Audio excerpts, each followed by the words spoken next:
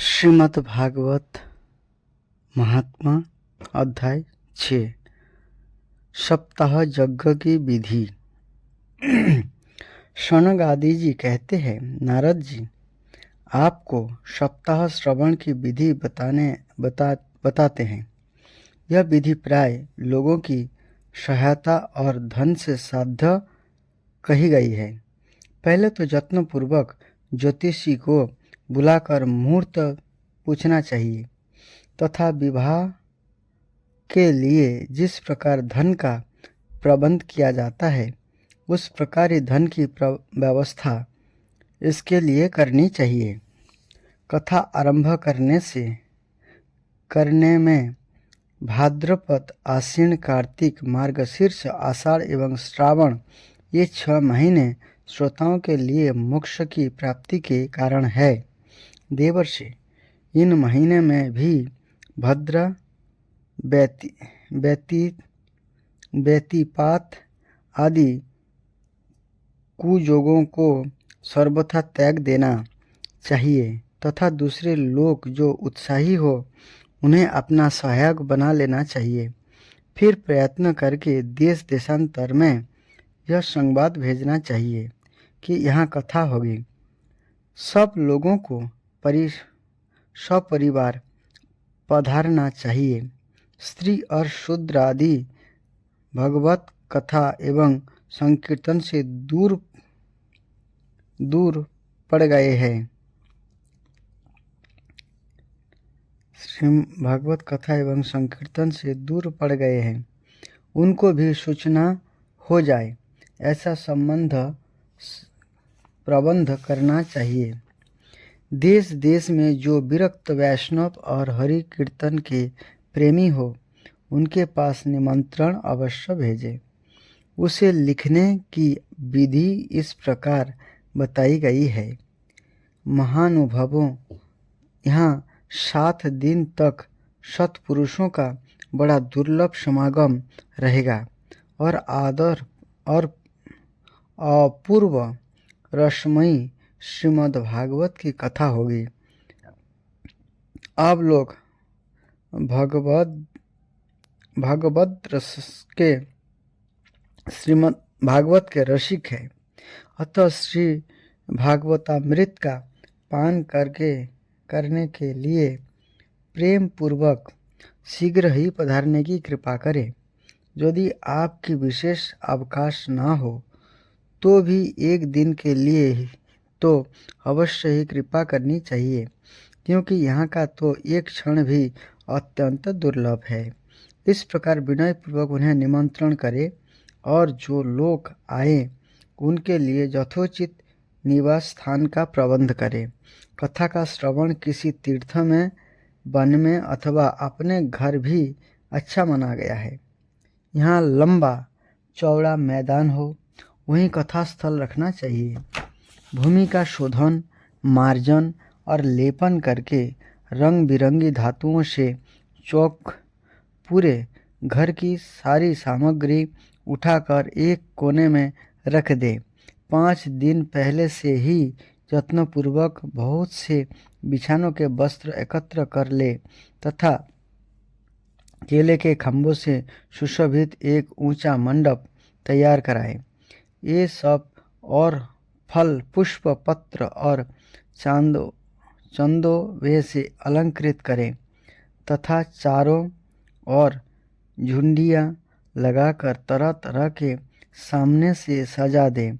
उस मंडप में कुछ ऊंचाई पर 7 विशाल लोक की कल्पना करें और उनमें विरक्त ब्राह्मण को बुला कर बैठाए। आगे की ओर उनके लिए यहाँ यथोचित आसन तैयार रखें। उनके पीछे वक्ता के लिए भी एक दिव्य सिंहासन का प्रबंध करें।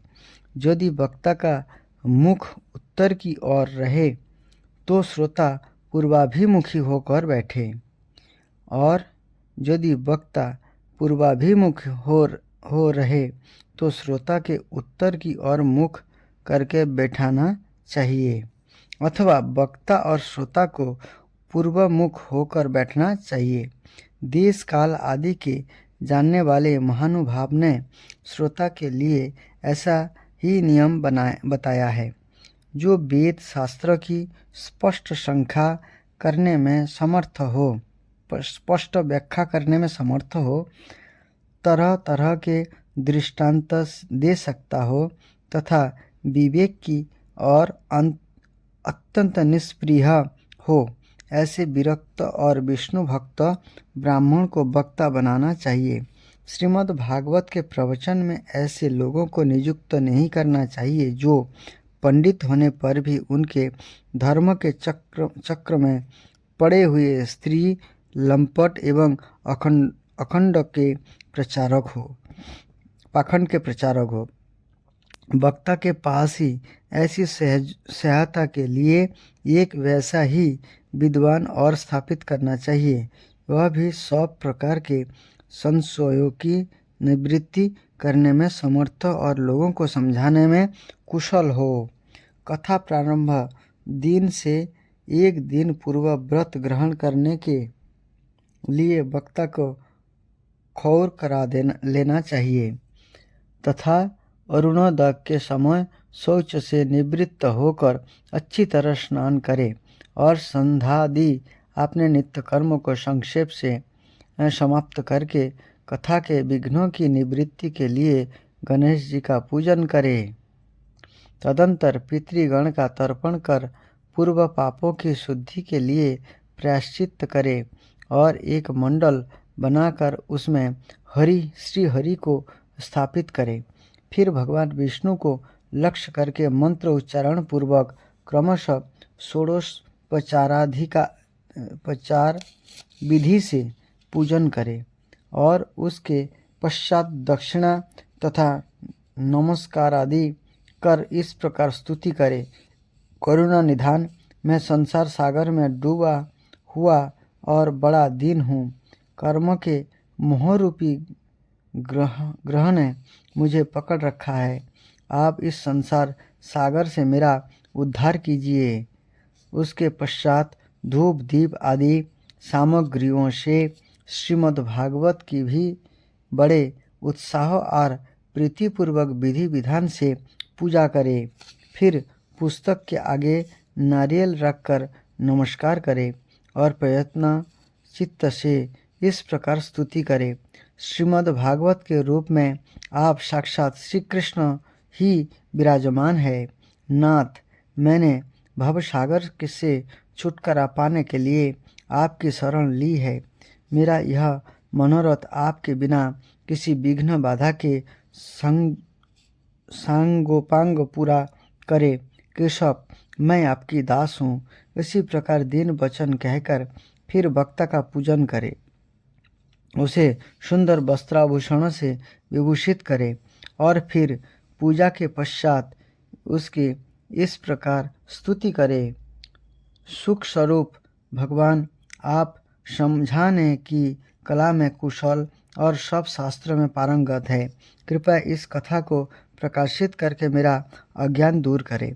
फिर अपने कल्याण के लिए प्रयत्न पूर्वक उसके सामने नियम ग्रहण करें और 7 दिनों तक यथाशक्ति इसका पालन करें। कथा में विघ्न ना हो इसके लिए 5 ब्राह्मणों को और वरण करें। ये 12 अक्षर मंत्रों का भगवान के नामों का जप करें। फिर ब्राह्मण अन्य विष्णु भक्त एवं कीर्तन करने वालों को नमस्कार करके उनकी पूजा करें और उनकी आज्ञा पाकर स्वयं भी आसन पर बैठ जाए।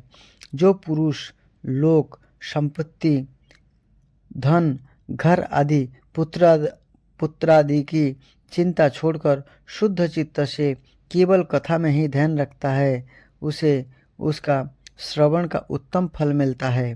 बुद्धिमान वक्ता को चाहिए कि सूर्योदय से कथा आरंभ करके 3:30 पहर तक मध्यम स्वर से अच्छी तरह कथा बाँचे।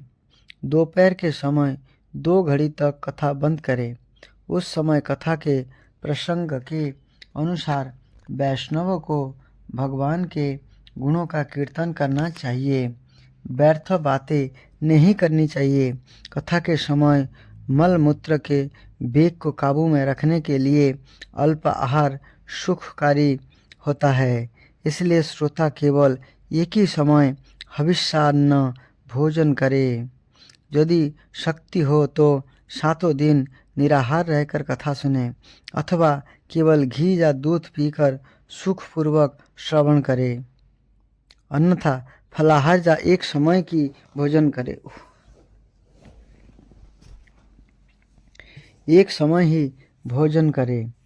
जिसके जैसा नियम सुविधे से सद सके उसको कथा श्रवण के लिए ग्रहण करे। मैं तो उपवास की अपेक्षा भजन करना अच्छा समझता हूँ। यदि यह कथा श्रवण में सहायक हो। यदि उपवास से श्रवण में बाधा पहुँचती हो तो यह किस काम का नहीं। नारद जी, नियमों से सप्ताह सुनने वाले पुरुषों के नियम सुनिए। विष्णु भक्त की दीक्षा से रहित पुरुष कथा श्रवण का अधिकारी नहीं है। विष्णु भक्त की दीक्षा से रहित पुरुष कथा श्रवण का अधिकारी नहीं है। जो पुरुष नियम से कथा सुने उसे ब्रह्मचर्य से रहना, भूमि पर सोना और नित्य प्रति कथा समाप्त होने पर पत्तल में भोजन करना चाहिए। दाल, मधु, तेल, गरिष्ठ अन्न, भाव दूषित पदार्थ और बासी अन्न उनका उसे सर्वदा ही त्याग करना चाहिए।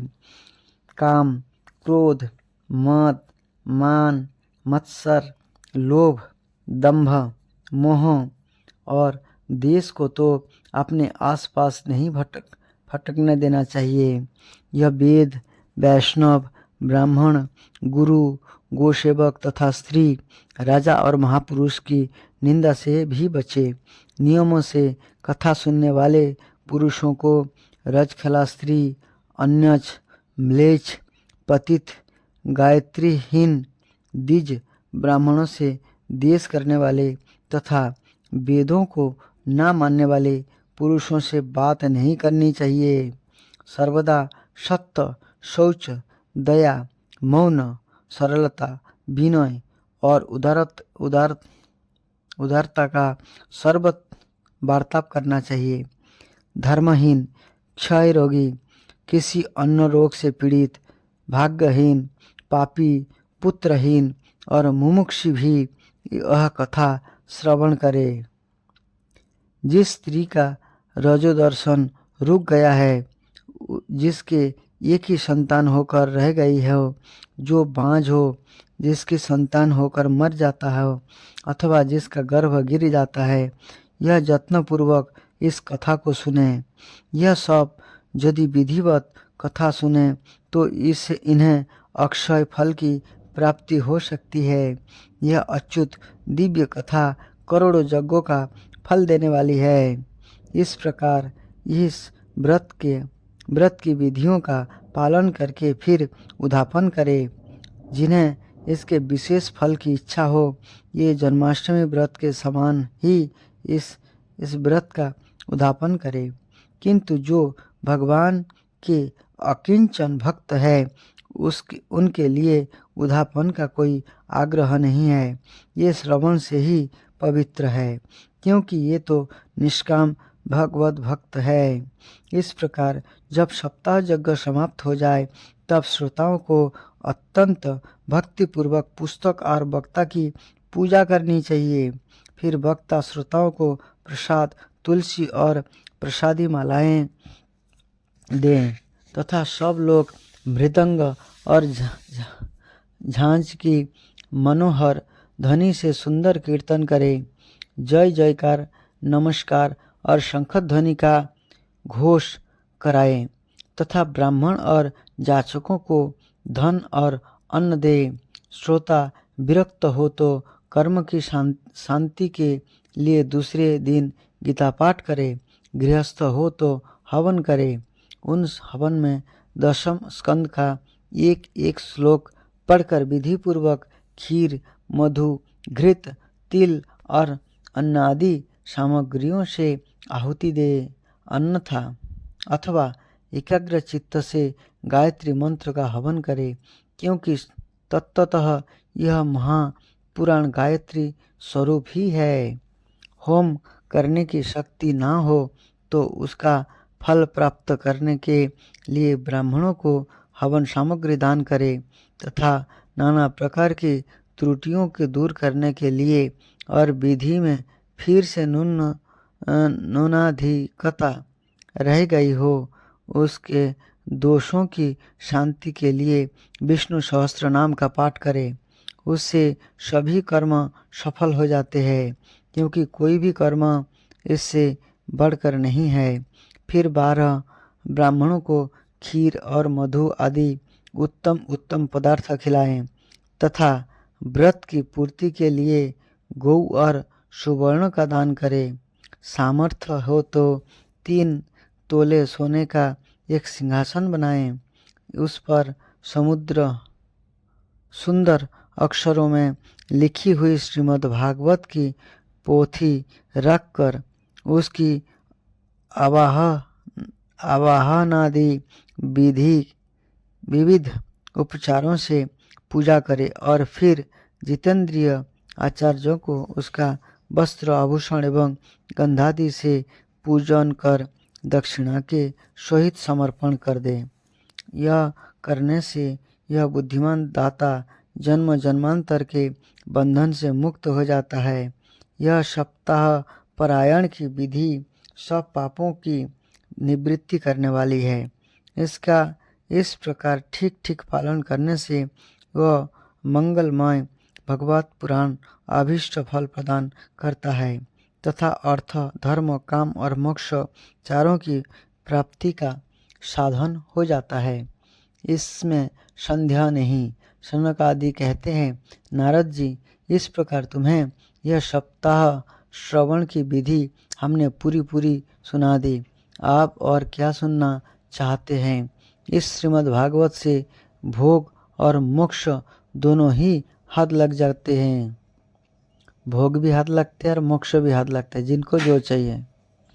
सूत जी कहते हैं, सौनक जी, यह कहकर महामुनि सनक आदि ने एक सप्ताह तक विधि पूर्वक इस सर्व पाप नाशिनी परम पवित्र तथा भोग और मोक्ष प्रदान करने वाली श्रीमद् भागवत का प्रवचन किया। सब प्राणियों ने नियम पूर्वक इसे श्रवण किया। इसके पश्चात उन्होंने विधि पूर्वक भगवान पुरुषोत्तम की स्तुति की। कथा के अंत में ज्ञान, वैराग्य और भक्ति को बड़ी पुष्टि मिली और ये तीनों एकदम तरुण होकर सब जीवों का चित्त अपनी ओर आकर्षित करने लगे। अपना मनोरथ पूरा होने से नारद जी को भी बड़ी प्रसन्नता हुई। उनके सारे शरीर में रोमांच हो आया और ये परमानंद से पूर्ण हो गए। इस प्रकार कथा श्रवण कर भगवान के प्यारे नारद जी हाथ जोड़कर प्रेम गदगद वाणी से सनक आदि से कहने लगे। नारद जी ने कहा, मैं धन्य हूँ, आप लोगों ने करुणा करके मुझे बड़ा ही अनुग्रहित किया है। आप मुझे सर्व पापहारी भगवान श्री हरि की ही प्राप्ति हो गई। तपोधन, मैं श्रीमद् भागवत श्रवण के ही सब धर्मों से श्रेष्ठ मानता हूँ, क्योंकि इसके श्रवण से वैकुंठ अर्थात गोलोक बिहारी श्री कृष्ण की प्राप्ति होती है। सूत जी कहते, सौनक जी, वैष्णव श्रेष्ठ नारद जी यह कह ही रहे थे कि यहाँ घूमते फिरते जोगेश्वर सुखदेव जी आ गए तथा समाप्त होते ही व्यासनंदन श्री सुखदेव जी यहाँ पधारे। 16 वर्ष की सी आयु आत्म लाभ से पूर्ण ज्ञान रूपी महासागर का संवर्धन करने के लिए चंद्रमा के समान ये प्रेम से धीरे धीरे श्रीमद् भागवत का पाठ कर रहे थे। परम तेजस्वी सुखदेव जी को देखकर सारे सभासद झटपट खड़े हो गए और उन्हें एक ऊंचे आसन पर बैठाया। फिर देवर्षि नारद जी ने उनका प्रेम पूर्वक पूजन किया। उन्होंने सुखपूर्वक बैठकर कहा, आप लोग मेरी निर्मल वाणी सुनिए। श्री सुखदेव जी बोले, रसिक एवं भावुक जन, यह श्रीमद् भागवत वेद रूपी कल्प वृक्ष का परिपक्व फल है। श्री सुखदेव रूप सुख के मुख का संजोग होने से अमृत रस से परिपूर्ण है। यह रस ही रस है, इसमें न छिलका है न गुठली। यह इसी लोक में सुलभ है। जब तक शरीर में चेतना रहे तब तक आप लोग बार बार इसका पान करें। महामुनि व्यासदेव ने श्रीमद् भागवत महापुराण की रचना की है। इसमें निष्कपट निष्काम परम धर्म का निरूपण है। इसमें शुद्धांतकरण सत्पुरुषों के जानने योग्य कल्याणकारी वास्तविक वस्तु का वर्णन है, जिससे तीनों तापों की शांति होती है। इसका आश्रय लेने पर दूसरे शास्त्र अथवा साधनों की आवश्यकता नहीं रहती। जब कभी पुण्यात्मा पुरुष इसके श्रवण की इच्छा करते हैं तभी ईश्वर अविलंब उनके हृदय में अवरुद्ध हो जाता है। यह भागवत पुराणों का तिलक और वैष्णवों का धन है। इसमें परम हंसों के प्राप्य विशुद्ध ज्ञान का ही वर्णन किया गया है तथा ज्ञान, वैराग्य और भक्ति के सहित निवृत्ति मार्ग को प्रकाशित किया गया है। जो पुरुष भक्ति पूर्वक इसके श्रवण, पठन और मनन में तत्पर रहता है वह मुक्त हो जाता है। यह रस स्वर्गलोक, सत्यलोक, कैलाश और वैकुंठ में भी नहीं है। इसलिए भाग्यवान श्रोताओं, तुम इसका खूब पान करो, इसे कभी मत छोड़ो। सूत जी कहते हैं, श्री सुखदेव जी इस प्रकार कह ही रहे थे।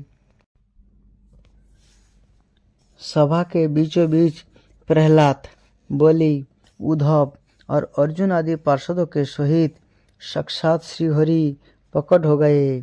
तब देवर्षि नारद ने भगवान और उनके भक्तों की यथोचित पूजा की। भगवान को प्रसन्न देखकर देवर्षि उन्हें एक विशाल सिंहासन पर बिठा दिया और सब लोग उनके सामने संकीर्तन करने लगे। उस कीर्तन को देखने के लिए श्री पार्वती जी के सहित महादेव जी और ब्रह्मा जी भी आए। कीर्तन आरंभ हुआ। प्रहलाद जी तो चंचल गति फुर्तीले होने के कारण करताल बजाने लगे। उद्धव जी ने झांझे उठा ली। देवर्षि नारद वीणा की ध्वनि करने लगे। सर विज्ञान, गान, विधा में कुशल होने के कारण अर्जुन राग आलापने लगे। इंद्र ने मृदंग बजाना आरंभ किया। शनक आदि बीच में जय घोष करने लगे और इन सबके आगे सुखदेव जी तरह तरह की सरस अंगभंगी करके भाव बताने लगे। इन सबके बीच में परम तेजस्वी भक्ति, ज्ञान और वैराग्य नाटों के समान नाचने लगे। ऐसा अलौकिक कीर्तन देखकर भगवान प्रसन्न हो गए और इस प्रकार कहने लगे, मैं तुम्हारी इस कथा और कीर्तन से बहुत प्रसन्न हूँ। तुम्हारे भक्ति भाव ने इस समय मुझे अपने बस में कर लिया है। अतः तुम लोग मुझसे वर मांगो। भगवान के ये वचन सुनकर सब लोग बड़े प्रसन्न हुए और प्रेमाद्य चित्त से भगवान से कहने लगे, भगवान, हमारी वह अभिलाषा है कि भविष्य में भी जहाँ कहीं सप्ताह कथा हो, जहाँ वहाँ आप इन पार्षदों के सहित अवश्य पधारे, हमारे यह मनोरथ पूर्ण कर दीजिए। भगवान तथास्तु कहकर अंतर्धान हो गए। इसके पश्चात नारद जी ने भगवान तथा उनके पार्षदों के चरणों को लक्ष्य करके प्रणाम किया और फिर सुखदेव जी आदि तपस्वियों को भी नमस्कार किया। कथामृत का पान करने से सब लोगों को बड़ा ही आनंद हुआ। उनका सारा मोह नष्ट हो गया। फिर वे सब लोग अपने अपने स्थानों को चले गए। उस समय सुखदेव जी ने भक्ति को उसके पुत्र सहित अपने शास्त्र में स्थापित कर दिया। इसी से भगवत का सेवन करने से श्री हरि वैष्णव के हृदय में आ विराजते हैं। जो लोग दरिद्रता के दुख जर की ज्वाला से दग्ध हो रहे हैं, जिन्हें माया पिशाचिनी ने रोद डाले हैं तथा जो संसार समुद्र में डूब रहे हैं, उनका कल्याण करने के लिए श्रीमद् भागवत सिंहानाद कर रहा है। सनक जी ने पूछा, सूत जी, सुखदेव जी ने राजा परीक्षित को, गोकर्ण ने धुंधकारी को और सनक आदि ने नारद जी को किस किस समय यह ग्रंथ सुनाया था, मेरा यह संशय दूर कीजिए। सूत जी ने कहा, भगवान श्री कृष्ण के स्वधाम गमन के बाद कलियुग के 30 वर्ष से कुछ अधिक बीत जाने पर भाद्रपद मास की शुक्ल नवमी के सुखदेव जी ने कथा आरंभ की थी। राजा परीक्षित के कथा सुनने के बाद कलियुग के 200 वर्ष बीत जाने पर आषाढ़ मास की शुक्ल नवमी को गोकर्ण जी ने यह कथा सुनाई थी। अच्छा, कलियुग के 200 वर्ष बीतने के बाद गोकर्ण जी ने कथा सुनाया था। और पहला सुखदेव गोस्वामी जो कथा सुनाए थे परीक्षित महाराज को 30 वर्ष के बाद, 30 वर्ष के कुछ अधिक बीत जाने पर भाद्र मास की शुक्ल पक्ष नवमी को सुखदेव गोस्वामी जी ने कथा सुनाए थे। इसके पीछे कलियुग के 30 वर्ष और निकाल जाने पर कार्तिक शुक्ल नवमी से सनक आदि ने कथा आरंभ की थी, अर्थात 260-61 वर्ष के बाद। निष्पाप सनक जी, आपने जो कुछ पूछा था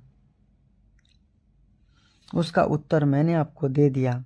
इस कलियुग में भागवत की कथा भव रोग की रामबाण औषधि है। संत जन, आप लोग आदरपूर्वक इस कथामृत का पान कीजिए। यह श्री कृष्ण को अत्यंत प्रिय, संपूर्ण पापों का नाश करने वाला, मुक्ति का एकमात्र कारण और भक्ति को बढ़ाने वाला है। लोक में अन्य कल्याणकारी साधनों का विचार करने और तीर्थों का सेवन करने से क्या होगा। आपने दूत को हाथ में पास लिए देखकर जमराज उसके कान में कहते हैं, देखो, जो भगवान की कथा वार्ता में मत्त हो रहा है उनसे दूर रहना। मैं अंगिरा को ही दंड देने की शक्ति रखता हूँ। दूर रहना, मैं औरों को ही दंड देने की शक्ति रखता हूँ, वैष्णवों को नहीं।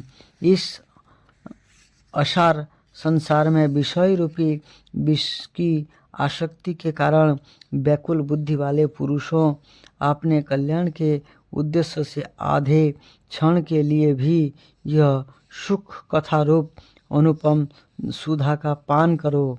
प्यारे भाइयों, निंदित कथाओं से युक्त कथक कुपथ में व्यर्थ ही क्यों भटक रहे हो।